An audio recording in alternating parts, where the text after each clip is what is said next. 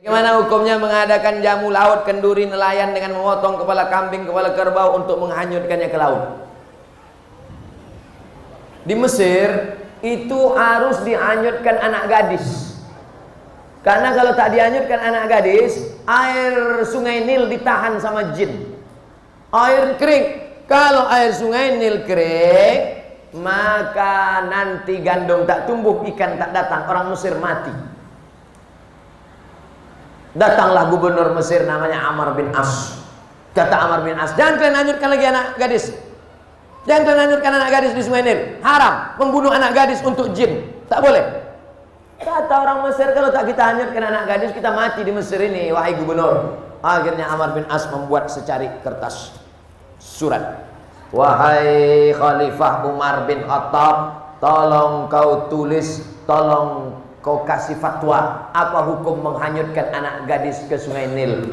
Datang Umar bin Khattab, dibalasnya lah, kasih amplop. Nih, hanyutkan ke sungai Nil. Surat dari Umar bin Khattab, hanyutkan ke sungai Nil. Sebelum dihanyutkan ke sungai Nil, dibuka oleh Amr bin As. Dia mau tahu apa isinya. Min Abdillah, dari hamba Allah Umar bin Khattab, ila nahrin Nil, kepada sungai Nil. In kunta tajri min qibalillah fajri, kalau kau mengalir karena Allah, mengalirlah. Wa in kunta tajri min qibali nafsik fala tajri, kalau kau mengalir karena dirimu, tak usah kau mengalir sampai hari kiamat. Dicampakkan surat itu ke sungai Nil. Besok pagi naik air sungai Nil 16 jengkal naik ke atas. Sejak hari itu tak lagi ada tradisi menghanyutkan anak gadis di sungai Nil. Saya sampai ke sungai Nil, sampai hari ini sungai Nil tak ditahan oleh jin. Jin di Indonesia seleranya agak rendah sedikit. Kambing, kerbau. Kalau di Mesir tak laku. Dikasih kerbau, tak lepel. Maka tuan-tuan guru berzikir, bertahlil untuk mengusir hantu belau jin setan ini. La ilaha illallah, la ilaha illallah, la ilaha illallah. Kalaupun dia mau kenduri, kenduri sama-sama berdoa, membaca Quran, meminta kepada Allah Subhanahu wa ta'ala, tidak meminta kepada jin, hantu dan setan. Bagaimana cara memulai dan memantapkan hati untuk berhijrah, Pak Ustadz? Saya sebetulnya udah lama mau tobat minum kamput nih, Pak Ustadz. Kenapa kau belum berhenti juga? Itulah, belum dapat momentum yang pas lagi. Nih, momentum yang pas. Kebetulan habis tablik akbar pengajian Ustadz Somad di Percut. Kebetulan pula ini ujung bulan Zulhijjah, mau masuk 1 Muharram. Sejak hari ini berhenti pakai sabu-sabu narkoba. Setuju? Sejak hari ini berhenti mabuk-mabuk, selingkuh dan buat dosa. Setuju? Setelah tekad berhenti, buang semua botol-botol minuman. Yang selingkuh buang nama-nama mantan-mantan itu, mantan 1, mantan 2, mantan 3, mantan 4, mantan 5, buang semua. Setelah itu ikut pengajian, menggabungkan diri dengan komunitas remaja masjid. Ada? Buat BKPRM, Badan Kontak Persatuan Remaja Masjid Sumatera Utara, Medan, Deli Serdang. Ikut menggabungkan diri. Jangan sendirian, karena setan mendatangi orang yang sendirian. Zuhur berjamaah, asar berjamaah, komunitas berjamaah. Jangan lagi berkawan sama mereka. Saya berkawan sama mereka untuk gaul aja, Pak Ustadz. Nanti kau mau memancing mereka, rupanya bukan tukang pancing dapat ikan, tapi tukang pancing dilarikan ikan. Kau rasa kau sudah kuat? Oh, udah kuat ini Pak Ustadz. Mancing. Iya, kalau datang ikan gembung. Kalau ikan paus, oleh sebab itu maka berjamaah. Alaikum bil jamaah. Ibu-ibu yang sudah hijrah, yang sudah pakai jilbab panjang, ikut wirid Yasin. Masih ada wirid Yasin di Percut? Hari Kamis apa hari Jumat? Kamis Jumat. Mantap, ikuti, lanjutkan, teruskan. Anak-anak kecil bawa, gendong-gendong, tidur. Karena kadang anak kecil ini menangis, ibu yang sebelah marah. Alah, anak kau nih, hanyutkan aja ke sungai gitu.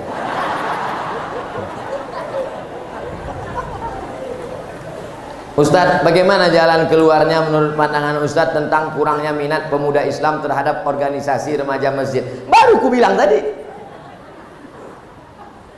Belajar sama BKPRM, Badan Kontak Persatuan Remaja Masjid. Selama saya datang, itu banyak berperan mereka. Supaya nanti dibuat kajian, didata anak-anak muda sekitar sini, dibuatkan absennya, dibuatkan acaranya. Anak muda jangan satukan pengajian sama orang tua. Pengalaman yang sudah-sudah mereka tak mau. Anak muda, kenapa kalian tak mau datang? Disatukan pula kami sama orang tua. Kami Pak Ustaz takut. Takut kenapa? Asal kami tengok orang tua mau mati aja bawaan kami. Maka anak muda ini dibuat pengajian khusus anak muda. Ustadznya pun janganlah undang ustadz tua macam Ustadz Somad. Undanglah ustadz anak muda macam Ustadz Hanan At-Taqi. Ustadz anak muda yang pakai topi macam Bob Marley. Sebelum pengajian mereka pakai motor, pakai celana jeans, koyak-koyak, tapi di dalamnya pakai karet celana panjang, main skateboard, main futsal, pakai audio visual, pakai layar, nonton bareng. Nah itu, jadi anak muda tak bisa. Anak muda tak bisa dia ikut sama orang tua. Apalagi bapak-bapak itu pengajian. Judul pengajian kita malam ini adalah bagaimana menghadapi sakaratul maut. Bisa. Anak muda ini tak mau ceramah panjang-panjang. Dia pengajiannya paling lama 15 menit. Lebih banyak dialog interaktif, ngobrol. Diundang situ Pak Polisi. Bapak Ibu, Bapak jangan ikut dulu ya. Pagi hari Ahad khusus pengajian anak muda di Percut. Menghadirkan 4. Dokter, polisi, tentara, ustadz. Judulnya bahaya narkoba bagi anak muda. Sebelum acara nonton dulu. Tengok anak muda yang sakau. Tengok tuh, nanti kalau kalian main macam itu kalian setelah itu baru tanya, Pak Polisi bisa jelaskan tentang bahaya narkoba? Menurut Undang-Undang Negara Republik Indonesia kalau pakai narkoba penjara. Penjara. Pak Dokter bisa jelaskan tentang narkoba? Siapa yang pakai narkoba nanti gila. Siapa yang pakai narkoba nanti salah suntik mati. Ada yang lebih rendah lagi Pak Ustadz, bodoh. Nah berikut ini mari kita dengarkan penjelasan dari Ustadz. Mudah-mudahan setelah Bapak Polisi menjelaskan masuk penjara, dokter pula menjelaskan mati, mungkin Ustadz dapat menenangkan jiwa kita. Ustadz, apa hukum narkoba ini Pak Ustadz? Neraka jahanam. Itu hari Ahad. Hari Ahad depan buat lagi. Orang tua bapak-bapak tak ikut lagi. Hari Ahad yang kedua ini kemarin kita sudah bahas narkoba. Ada hari Ahad ini anak-anak remaja yang perempuan laki-laki kita khusus praktek memandikan jenazah. Supaya mereka tahu. Bapak-bapak, ibu-ibu tak perlu ikut. Karena nanti yang mau mereka mandikan ini adalah bapak-bapak dan ibu. Ini banyak kekeliruan di masjid kita. Kalau udah cerita penyelenggaraan jenazah yang ikut atu-atu. Ngapain ikut? Kan mau dimandikan nanti. Justru yang ikut penyelenggaraan jenazah adalah anak-anakmu, anak muda, supaya kalian bisa memandikan ayah kalian. Saya ingin yang memandikan saya adalah anak saya. Karena kalau anak saya mandikan saya, tak mungkin diceritakannya aib saya. Buah hati belayan jiwa saya, darah daging saya, pasti menjaga kehormatan saya. Tak mungkin dimain-mainkannya saya. Bapak-bapak yang sombong, bapak-bapak yang angkuh, anak kalian tak pandai mandikan. Awas kalau kalian mati. Ini yang sombong dulu kan katanya. Ya ambilnya sikat gigi, cucuknya ke hidung. Jadilah kalian yang sombong-sombong. Ibu yang kaya-kaya, yang angkuh-angkuh, yang sombong-sombong. Pas mandi nanti anak ibu tak pandai mandikan. Siapa keluarga yang bisa mandikan? Jadi siapa? Kami serahkan aja. Sementara itu dulu ibu-ibu yang selalu diejek-ejeknya karena miskin, karena susah. Tutupnya pintu. Anak-anak jangan ikut ya, kata kunci pintu. Kau dulu sombong kan? Mana maksudnya? Gitu. Aduh kelentar. Makanya anak-anak kita harus diajar menyelenggarakan jenazah. Kalau sudah sakit bagaimana sakratul mautnya? Habis sakratul maut bagaimana meletakkan tangannya? Karena kalau sudah keras payah. Waktu lembut itu supaya bengkok. Karena kalau udah keras tangan gimana mau membengkokkannya? Ya kalau matinya begini. Kalau matinya begini. Bagaimana membuka kainnya? Jangan sampai setelah tangan bengkok gimana membuka baju pakai gunting? Tak mungkin. Bagaimana mengatasinya waktu sakit? Bagaimana kalau dia meleleh air liurnya? Bagaimana kalau keluar muntahnya? Bagaimana kotorannya?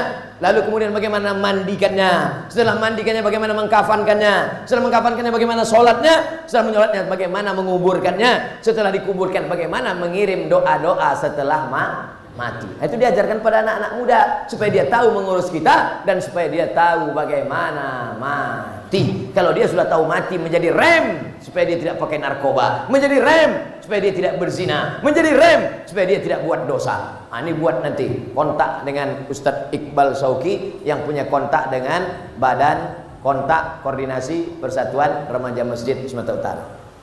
Apa hukum orang tinggal di sekitar masjid tapi tak sholat di masjid? La sholata li jaril masjid illa fil masjid. Orang yang dekat masjid tak sah sholatnya kalau tak di masjid. Hadis ini kata sebagian ulama dhaif, tak bisa dipakai untuk hukum, tapi bisa dipakai untuk fadail a'mal. Nabi kalau selesai sholat dia menengok ke belakang, dia tengok satu-satu, asyhadun fulan, asyhadun fulan, asyhadun fulan. Mana si fulan kenapa tak ke masjid? Mana si fulan kenapa tak ke masjid? Mana si fulan kenapa tak datang ke masjid? La uharriqanna alaihim buyutahum. Siapa yang tak datang ke masjid, ku bakar rumahnya. Siapa yang tak datang sholat berjamaah ke masjid, ku bakar rumahnya. Kalau hidup Nabi sekarang bertambah titik api di Deli Serdang. Saking banyaknya orang tak sholat ke masjid. Tapi alhamdulillah masjid percut penuh melimpah ruah. Mudah-mudahan sampai hari kiamat ramai masjid. Saya salah satu petugas kesehatan. Saya mau tanya apa hukumnya melakukan tindakan kepada yang bukan mahram. Yang sakit perempuan, maka dokternya mesti perempuan. Yang sakit laki-laki, maka dokternya mesti laki-laki. Kalau yang sakit laki-laki, dokter perempuan, terjadi hal-hal yang tak diinginkan. Ustaz kok tahu? Saya pernah mengalami. Saya sakit mah. Tiba-tiba keluar ini asam lambung, maka berkeringat peluh. Kalau jalan mesti pegang ke dinding. Bergoyang dunianya. Dibawalah ke rumah sakit. Entah jamaah ini mau ngerjai saya, entah dulu waktu belum nikah. Dikasihnya dokter anak gadis. Dipegang dokter sudah dan jantung saya. Begitu keluar ditanya sama jamaah, gimana perasaan Pak Ustadz? Bergoncang dunia ini kurasa.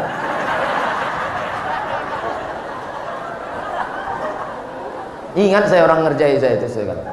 Oleh sebab itu akan datang dokter laki-laki dengan dokter laki-laki, dokter perempuan dengan dokter perempuan. Sekarang tak seimbang antara banyaknya dokter SPOG, spesialis obgyn, spesialis kandungan, dengan perempuan yang mengandung. Karena tak seimbang banyaknya dokter perempuan dengan perempuan yang mengandung, akhirnya mau tak mau dipakailah dokter laki-laki. Karena pilihannya hanya dua, pilih dua. Ibu dokternya mesti laki-laki, dokter perempuan nggak ada lagi, habis sudah. Jadi gimana? Pilih dua, melahirkan sendiri atau pakai dokter laki-laki? Tak mungkin dia melahirkan sendiri karena takut mati. Jadi hukum asalnya dokter perempuan untuk perempuan, dokter laki-laki untuk laki-laki. Tapi kalau darurat tingkat tinggi, pilihannya dua antara mati atau dokter laki-laki, maka tak boleh pilih mati. Bang, aku hamil nih, nanti melahirkan anak masih dokter perempuan bang. Mohon maaf deh, dokter perempuan sudah habis. Jadi paksa dokter laki-laki. Aku tak mau. Pilihannya cuma dua dek. Kau pakai dokter laki-laki atau mati? Aku pilih mati aja. Tak boleh. Darurat. Ad-darurat tubihul mahzurat. Begitu juga kalau ada kecelakaan di kampung. Kebetulan pasiennya perempuan. Satu-satunya dokter puskesmas laki-laki.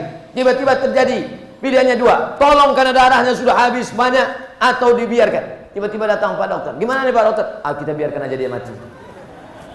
Harus tolong karena di situ ada darurat. Pelajaran dari sini, anak-anak ibu yang perempuan masukkan ke fakultas kedokteran supaya dia bisa beramal menolong pasien perempuan muslimah. Amin.